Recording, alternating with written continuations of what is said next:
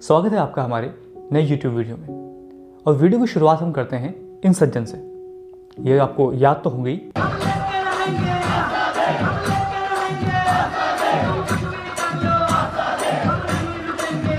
हाँ जी, कन्हैया कुमार। कुछ दिन पहले इनका एक स्टेटमेंट आया। हम उम्मीद करते हैं कि अगर बिहार और उत्तर प्रदेश पूरा उत्तर प्रदेश अगर इस आंदोलन में खड़ा हो जाता है तो इस सरकार की अकड़ जो है वो अपने आप ढीली हो जाएगी, इसका ऐंठन जो है वो कम हो जाएगा। और इस स्टेटमेंट के साथ ही इनके बड़े भाई का भी स्टेटमेंट आया। तो ये आंदोलन तो जीत चुका है, बस अब तो इन 3 कानूनों का डेथ सर्टिफिकेट इकट्ठा करने का इंतजार कर रहे हैं।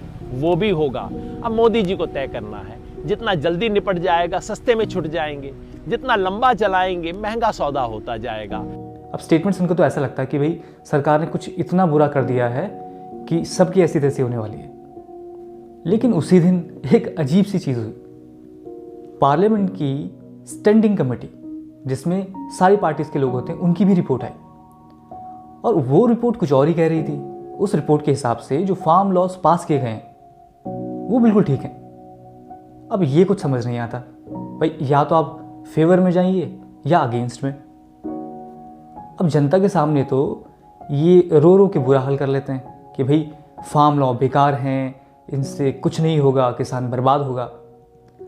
और पार्लियामेंट में जाके अलग ही स्टैंड है। और ऐसा नहीं है कि जो स्टैंडिंग कमेटी थी उसमें रूलिंग पार्टी के ही लोग थे। इसमें आम आदमी पार्टी, अपनी ममता दीदी यानी कि टीएमसी, और जितनी पार्टी आप अपोजिशन की सोच सकते हैं वो सब थी। और उन्होंने भी मिलकर एक ही बात कही कि फार्म लॉ ठीक हैं, बस इनको इंप्लीमेंट ढंग से करना।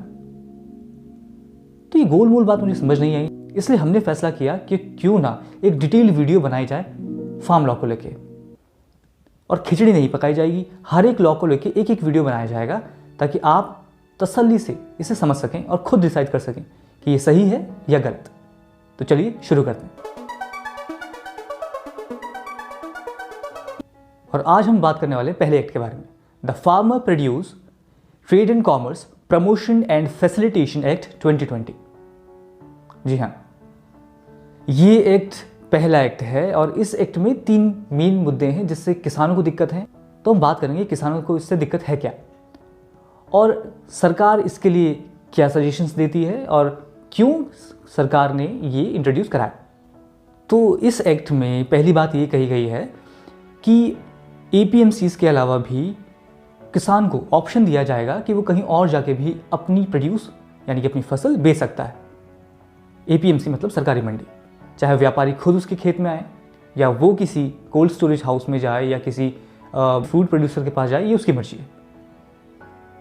तो इससे एपीएमसी खतरे में आई कैसे? तो इससे पहले हमें जानना होगा कि एपीएमसी की हिस्ट्री है क्या। देखिए, बहुत पहले की बात है, आज़ादी से पहले और आज़ादी से कुछ साल बाद तक की।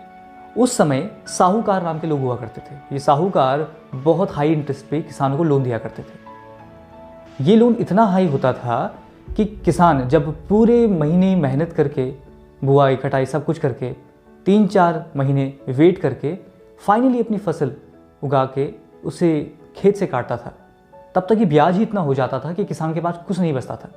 इसे कुछ ऐसा मानिए कि अगर किसान ने 1000 रुपये की फसल उगाई उस ज़माने के हिसाब से, तो उसे मुश्किल से 50 रुपये ही बचते थे, जिसमें उसका गुजर बसर होना नामुमकिन था। और एक बार ये ब्याज का चक्र चालू हो जाता था तो किसान निकल ही नहीं सकता था इससे, और ये सब जानते थे।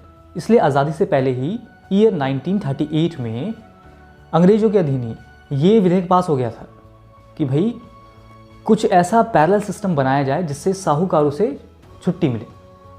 लेकिन जैसा होता है, जब तक अति नहीं हो जाती और उस अति से क्षति नहीं हो जाती तब तक सरकार कुछ नहीं करती। तो होते होते होते 1938 से 1960 आ गया, लेकिन उस पे कोई काम नहीं किया। साहूकार तब भी थे, आत्महत्याएं तब भी हो रही थी और बहुत ही ज़्यादा शोषण हो रहा था किसान का। फाइनली 1960 से 1970 के बीच में सरकार ने ये फैसला किया कि अगर कोई भी किसान से सीधा फसल लेता है तो ये एक जुर्म होगा, ये एक दंडनीय अपराध होगा और ऐसा करने वाले को सज़ा मिलेगी। साथ ही साथ एपीएमसी बनाई गई ताकि सिर्फ और सिर्फ एपीएमसीज में ही किसान अपनी फसल बेच सके।